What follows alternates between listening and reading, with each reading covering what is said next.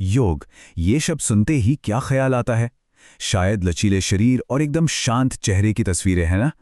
पर क्या पता है कि हमारे योगा मैट के नीचे पूरे 5000 साल पुराना एक गहरा और कमाल का इतिहास छिपा है।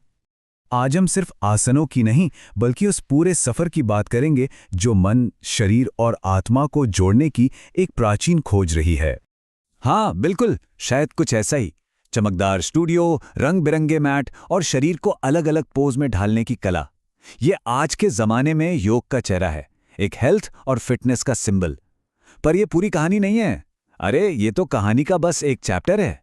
लेकिन क्या हो अगर मैं कहूं कि योग की असली कहानी शारीरिक कसरत से कहीं ज्यादा गहरी और उलझी हुई है।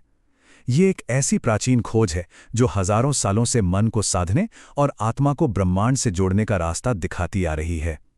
तो क्या आप इस रहस्य को जानने के लिए तैयार हैं? तो चलिए हमारे इस सफर की शुरुआत होगी ये जानने से कि योग सिर्फ एक पोज से कहीं ज्यादा है। फिर हम मिलन की उस प्राचीन खोज को समझेंगे, पतंजलि के 8 अंगों वाले रास्ते पर चलेंगे, योग के अलग अलग रास्तों को देखेंगे और जानेंगे कि शरीर को मंदिर क्यों माना गया। और आखिर में हम आज की दुनिया में योग के सफर को देखेंगे। तो पहला पड़ाव, सिर्फ एक आसन से कहीं ज्यादा। देखिए, आज की योग में शारीरिक आसनों यानी पोज पर इतना ज्यादा जोर है कि हम ये भूल ही जाते हैं कि ये एक बहुत बड़ी पहेली का बस एक छोटा सा टुकड़ा है। योग की पारंपरिक दुनिया में आसन तो बस एक पड़ाव है, मंजिल नहीं। इसमें तो सांसों को कंट्रोल करने का विज्ञान है, जिसे प्राणायाम कहते हैं। सही तरीके से जीने के लिए कुछ नैतिक नियम हैं, मन को शांत करने के लिए ध्यान है, और हाँ, ईश्वर से जुड़ने के लिए भक्ति भी शामिल है। मतलब ये जिंदगी जीने का एक पूरा का पूरा सिस्टम है। चलिए अब समय में एक लंबी छलांग लगाते हैं हजारों साल पीछे। हमारा दूसरा खंड, मिलन की प्राचीन खोज।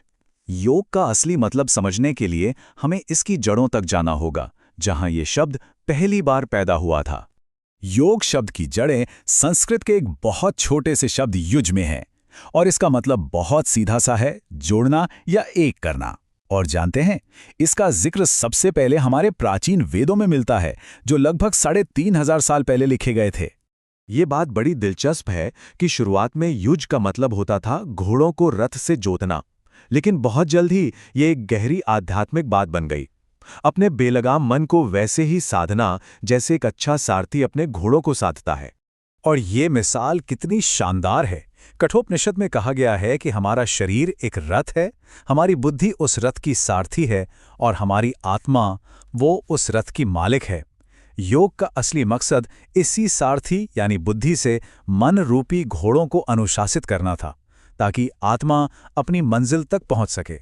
अब तक योग के विचार यहां-वहां बिखरे हुए थे। फिर एक ऐसे ऋषि आए जिन्होंने पहली बार इन सबको एक सिस्टम में पिरोया। हमारा तीसरा खंड, पतंजलि का अष्टांग मार्ग। महर्षि पतंजलि ने अपने योग सूत्रों के जरिए मुक्ति तक पहुंचने का एक साफ सुथरा रोड मैप बना दिया। ये था अष्टांग योग, यानी 8 अंगों वाला रास्ता। इसमें नैतिक संयम से लेकर व्यक्तिगत अनुशासन, आसन, सांसों पर कंट्रोल, इंद्रियों को साधने, एकाग्रता, ध्यान और आखिर में परम मुक्ति यानी समाधि तक सब कुछ शामिल है। और गौर कीजिए, आसन इस 8 मंजिला सीढ़ी का बस एक पायदान है, पूरी सीढ़ी नहीं। पतंजलि के सिस्टम का आखिरी लक्ष्य 6 पैक एब्स या जबरदस्त फ्लेक्सिबिलिटी नहीं था। नहीं, लक्ष्य था कैवल्य, मतलब दुख और जन्म मरण के चक्कर से हमेशा के लिए आजादी। सोचिए कितना गहरा, कितना आध्यात्मिक लक्ष्य था। लेकिन कहानी यहां एक सीधी लाइन में नहीं चलती। योग किसी एक विचार में बनकर नहीं रहा। यह है हमारा चौथा खंड, रास्तों का विस्फोट। समय के साथ योग की एक नदी कई धाराओं में बढ़ गई, ताकि हर किसी को अपना एक रास्ता मिल सके। योग की गूंज सिर्फ हिंदू दर्शन तक ही नहीं रही। जैन और बौद्ध परंपराओं ने भी कठोर तप और ध्यान के जरिए इसे अपनाया। तो वहीं एक बिल्कुल अलग रास्ता भी खुला, भक्ति योग का, जहां मुक्ति का जरिया कठोर अनुशासन नहीं, बल्कि ईश्वर के लिए प्रेम और समर्पण था। और फिर भगवत गीता ने तो जैसे योग में क्रांति हिला दी। उसने 3 रास्ते दिखाए, कर्म योग यानी अपना काम करो, फल की चिंता मत करो, भक्ति योग यानी ईश्वर को समर्पित हो जाओ, और ज्ञान योग यानी ज्ञान के जरिए सच को जानो। बस इसके बाद योग जंगलों के तपस्वियों से निकलकर हम जैसे आम लोगों की जिंदगी का हिस्सा बन गया। अब कहानी में वो मोड़ आता है जिसने योग का चेहरा हमेशा के लिए बदल दिया, जहां ध्यान आत्मा से हटकर शरीर पर आ गया। 5वां खंड, शरीर एक मंदिर के रूप में। मध्य युग में हठयोग के आने से एक नई क्रांति हुई।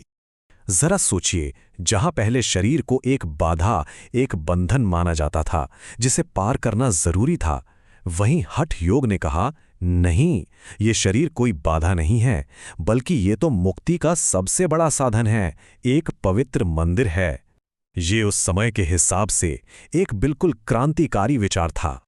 तो अगली बार जब कोई वॉरियर पोज या डाउनवर्ड डॉग करे, तो ये याद रखिएगा कि वो हठ योग की हजारों साल पुरानी विरासत को जी रहा है।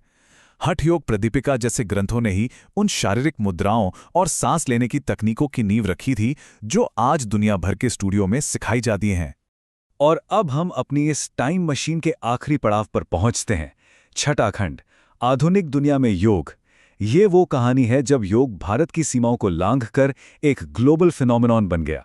इसकी कहानी 1893 में शुरू होती है, जब स्वामी विवेकानंद ने पश्चिम को योग के गहरे दर्शन से चौंका दिया।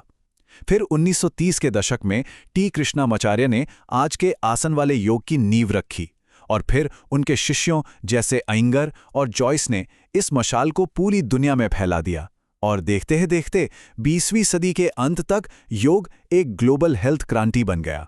और यहीं से आधुनिक योग की 2 बड़ी नदियां बह निकलीं, एक विवेकानंद की जो ध्यान और दर्शन की गहराई में जाती है, और दूसरी कृष्णामाचार्य की जो शारीरिक आसनों के जरिए शरीर को साधती है। आज हम योग के जो भी रूप देखते हैं वे इन्हीं 2 धाराओं का संगम है। एक स्कॉलर हैं जोसेफ ऑल्टर, वो इसे बहुत खूबसूरती से समझाते हैं। योग हमेशा से एक गिरबिट की तरह रहा है जो हर नए माहौल और संस्कृति में खुद को ढाल लेता है, और शायद यही इसकी हजारों साल की लंबी उम्र का राज है। हजारों साल, अनगिनत रूप, लेकिन एक धागा है जो कभी नहीं टूटा, और वो है मिलन की खोज। शरीर का मन से मिलन, आत्मा का ब्रह्मांड से मिलन, और आखिर में हमारा अपनी असली क्षमताओं से मिलन। तो हम वापस वहीं आ गए जहां से हमने शुरू किया था। आज आखिर योग है क्या? जिम में पसीना बहाने वाली एक कसरत, या मोक्ष पाने का कोई आध्यात्मिक मार्ग, या फिर इन दोनों का एक खूबसूरत संगम?